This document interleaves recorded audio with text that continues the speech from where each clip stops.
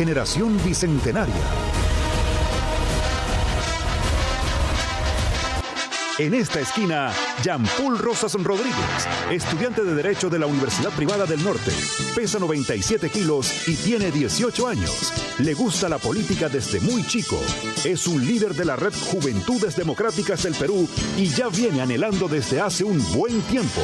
Se considera el representante ideal de los jóvenes que no tienen voz en el Perú.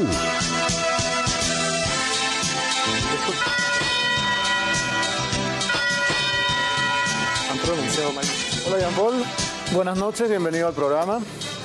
Te vimos en las promociones, has salido como 2 semanas en la publicidad. ¿Tus amigos te han estado vacilando o no? Varios me han estado felicitando, otros me han estado... ¿Bulleando? Sí, yo creo que a todos, ¿no? Yo por eso lo primero que quisiera aclarar es que creo que ninguno de los participantes piensa atribuirse a alguna representación que no le corresponda, ¿no? Ajá. Más bien yo creo que la opinión que pueda dar es únicamente un fragmento de la gran pluralidad de ideas que identifica a los jóvenes y a la ciudadanía en general de nuestro país. O sea que tú no los representas. Yo creo que cada uno se representa a sí mismo. Yo tampoco los represento. Mejor, ¿no? ¿Te imaginas qué tal peso llevaría uno sobre la espalda representando un montón de gente? Bueno, yo creo que los que tienen que cumplir con su labor de representación y en definitiva no lo están haciendo son los parlamentarios, claro, son aquellas autoridades, ahí estamos de acuerdo. Aquellos que desempeñan cargos públicos y por ejemplo no han estado realizando acciones o no han estado tomando decisiones representativas en la actualidad. Bien, tú estudias Derecho en la Universidad Privada del Norte, en la UPN, te consideras una persona de centro, ¿no? Opinas que yo no sé nada de la Constitución y yo estoy de acuerdo contigo. Y quieres hablar sobre una nueva Constitución. Está muy bien, vamos a ver, depende del tema que te toque, porque hay un balotario de temas que Stephanie te va a alcanzar y tú al azar escogerás una tarjeta y en función de eso comenzaremos a debatir. Ahí está, muéstrale por favor a la cámara qué tema te ha tocado. No era necesario que te pusieras de pie, pero bueno. Reforma constitucional, mira qué suerte tienes. Gracias, Stephanie. Sí. Justamente lo que te has preparado para hablar, ¿no? Bueno, la verdad yo he venido preparado para todo, ¿no? Yo sé que licitar este programa implica que me puedan preguntar desde la A hasta la Z. Correcto. Bien, entonces estamos listos. Vamos a comenzar. El tema es la reforma constitucional. Entonces, comencemos. Jean-Paul, ¿tú quisieras que una asamblea constituyente cambie el capítulo económico de la Constitución de 1993? Yo creo que el capítulo económico de nuestra Constitución política, en definitiva, requiere de que, por ejemplo, haya un análisis previo, de que se realice un estudio por parte de especialistas, varios constitucionalistas hay en el Perú, y que, por ejemplo, podamos nosotros analizar si realmente requiere algún cambio. He visto algunos grupos que, por ejemplo, dicen que desean una economía social de mercado. Sin embargo, si uno lee el capítulo económico, ve que la economía en el Perú ya es social, ¿no? Entonces, hay algunas cosas que creo que en definitiva se piden, pero no es porque no esté estipulado en la norma, sino es porque la ciudadanía, lamentablemente, con la escasa educación que tenemos en materia constitucional en los colegios, no sabe diferenciar entre la vigencia material, que es lo que está escrito en la norma, y a la vigencia formal, que es lo que finalmente se hace en la práctica, ¿no? Entonces hay muchas normas que, por ejemplo, se piden... La última parte, perdóname. La ciudadanía, dijiste, no sabe diferenciar entre la vigencia formal y la vigencia material. Es lo que no se está enseñando, ¿no? Yo creo que únicamente aquellos que están estudiando Derecho, se les puede exigir que sepan diferenciar entre la vigencia material y la vigencia formal. Pero tú estudias Derecho, así que te podemos exigir. Claro. O sea, Cuéntame, ¿qué querrías que se cambie la Constitución? Porque veo a mucha gente que marcha en las calles y dice cambio constitucional, pero ¿qué cosa les molesta tanto del 93? Sin ánimo de deslegitimar o de criticar a aquellos que piden una nueva Constitución, yo creo que el escenario político actual, con la gran crisis de representatividad que estos mismos ciudadanos están manifestando, y yo también no me siento identificado por nuestros políticos, creo que no es el momento para una nueva Constitución, porque sería mancillada por diversos intereses. Y es por eso que creo, sin embargo, que sí estamos a tiempo para una reforma constitucional que es muy distinta, que no implica cambiar la norma constitucional en su totalidad, sino únicamente aquellos artículos que son prioridad ahora, rumbo a julio del 2021, antes de que ingresen nuestras nuevas autoridades.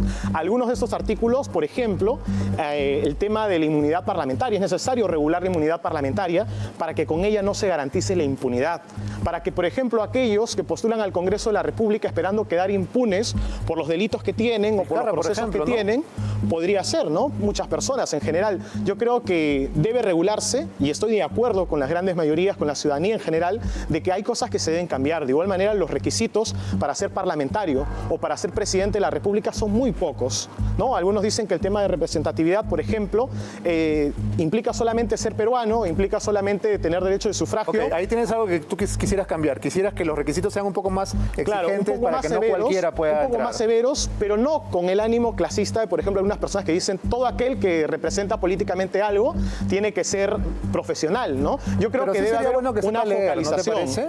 Yo creo que debe haber una focalización. ¿Te parece que los congresistas deberían saber leer? Porque no es necesario saber leer. Parlamentarios que no sabían leer. Por eso te pregunto, ¿te parece importante que un congresista sepa leer? Yo creo que un congresista debe conocer la realidad nacional y debe saber representar a su población electoral. Aunque no sepa leer. Aunque no sepa leer, ¿no? Pero sin embargo... Pero ¿cómo puedes escribir leyes sin leer? Yo creo que hoy en día sería mentira decir que los congresistas escriben sus propias leyes. La gran mayoría de congresistas escribe las leyes?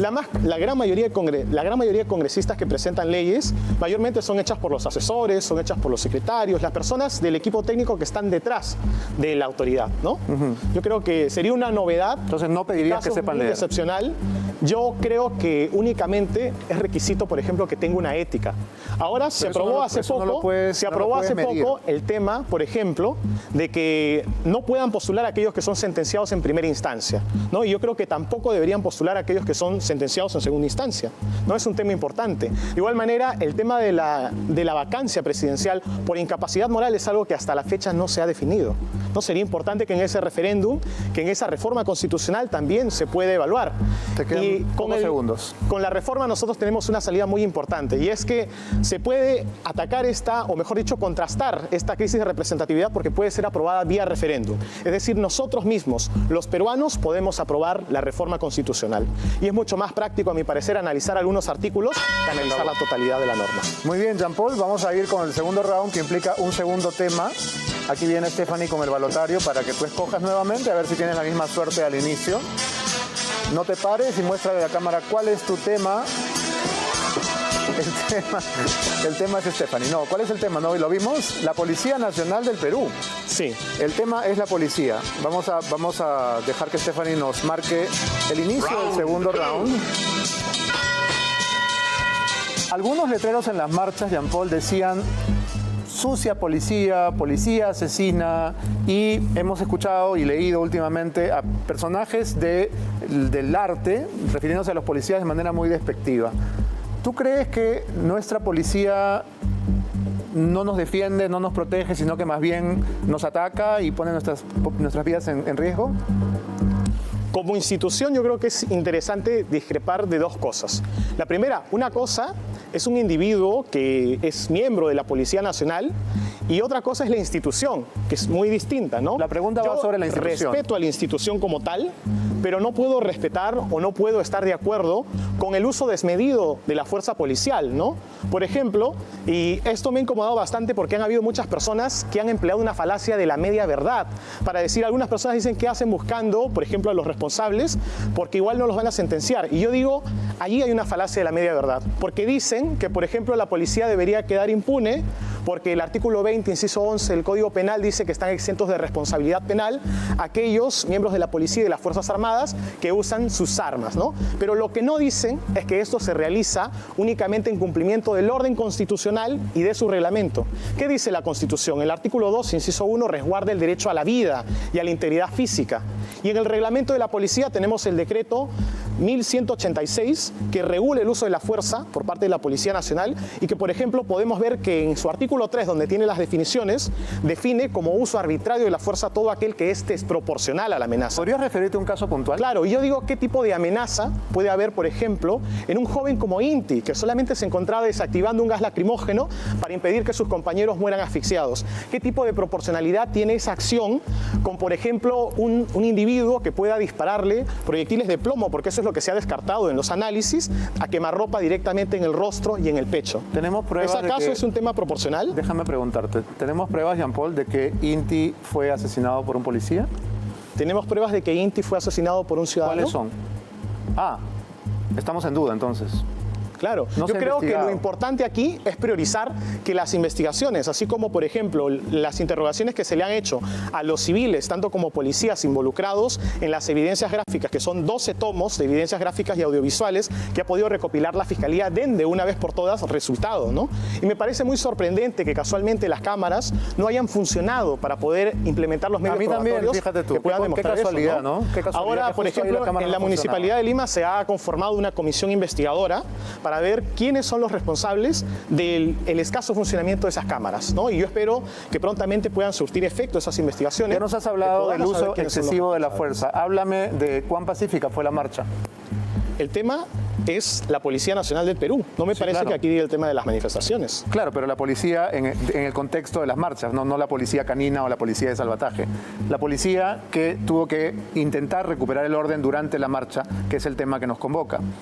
En lugares como Girón Lampa ha habido un uso desmedido de la fuerza y no solamente eso, sino también yo creo que hasta dónde podemos evaluar el tema de las manifestaciones. Yo creo que es manifestación pacífica hasta aquel momento en el cual vemos personas movilizándose, vemos personas con sus familias. Si tú comienzas con a disparar, pancartas. Pero, por ejemplo, bombardas navideñas de esta por manera, ejemplo, ya no es pero, pacífica. por ejemplo, deja de ser pacífica la manifestación, y a eso quiero llegar, cuando recibes un gas lacrimógeno, cuando te cae un proyectil y terminas desangrándote en medio de una manifestación en la cual solamente estabas levantando una pancarta.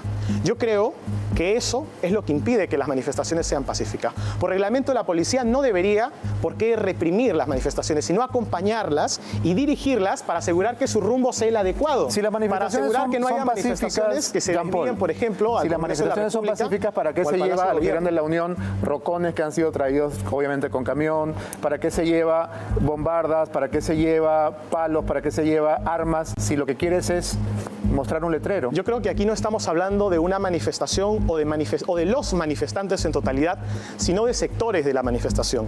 Y me parece que es una gran falacia de generalización que se diga que porque algunos no han actuado de manera ejemplar en la manifestación, se diga pues que todos han ido a las manifestaciones a alterar el orden público, porque no es así.